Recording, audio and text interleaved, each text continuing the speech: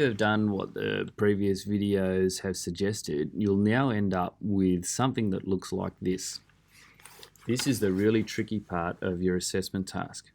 Once you've done the preparation with understanding the definitions, having examples of the quotes for both the principal beliefs and the core ethical teachings, you know about the sacred texts and the differences between them. You know about Christianity as a living religious tradition and how it incorporates the different variants. And you know that you have to make these links. Now it's the visual learners will be good at this one because you have to be able to make links between them. So all of these boxes will be filled up and all of these boxes will be filled up.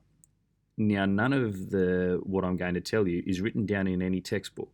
So it's really looking at the people who are thinking outside of the square to make these links between the sacred text, core ethical teachings, and principal beliefs so you can do what the task is asking you to do and show how they interact.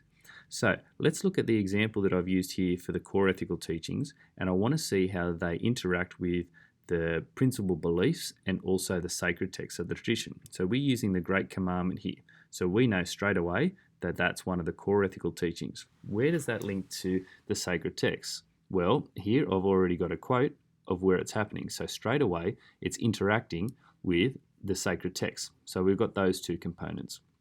Then where do I need to find out, does it necessarily link to one of the principal beliefs? What can I do here? All right, I could say that it links to salvation, which is one of the principal beliefs, because I've already said that if you do what the Great Commandment says, then everything else will fall into place and you will be saved through Jesus Christ. So you'll be provided salvation because that's what you believe and that's what your actions show. So there's one link I can make with the principal beliefs. I can also say, because it's talking about love the Lord your God with all your heart and with all your soul and with all your might, that links to the concept of the triune God, the Father, Son, and the Holy Spirit. So Christians need to be able to believe in that, so the Father, Son, and the Holy Spirit, and that comes above all else. So there I've made a link. I could make a link with Jesus' humanity and divinity, where I say, love the Lord your God with all your heart, with all your soul. And that links to Jesus being fully human. So we need to love the imperfections of Jesus when he was a human who walked and talked the earth, but also love the perfections of him as God. And if we do that, then, like I said, everything else will fall into place. You need to be able to make some of those links. Now, you've only got about 1,000 to 1,200 words to play with, so you won't need to make links with the image and likeness of God with absolutely all of the principal beliefs, but you will need to be able to make some, and that's what will develop a good essay, is when you're going to be able to show those links between them. In and amongst all of that, you're going to need to be able to show the similarities and the differences when this occurs. So if we use the example of the image and likeness of God, you'll need to say something that all the variants of the tradition believe that we are created in the image and likeness of God. So there you've shown how it's a living religious tradition.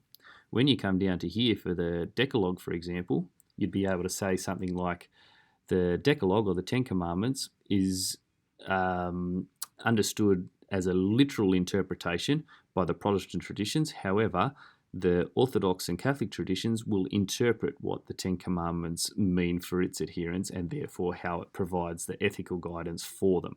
So just by showing those similarities and differences in your response, you're showing the marker that you know that Christianity is more than just Catholicism or more than just Orthodoxy. This is the most difficult part of the task, but if you can get this right, this is what's going to differentiate the people who really understand what they are talking about and those who are just going to be able to list off the principal beliefs or list off the core ethical teachings with some examples.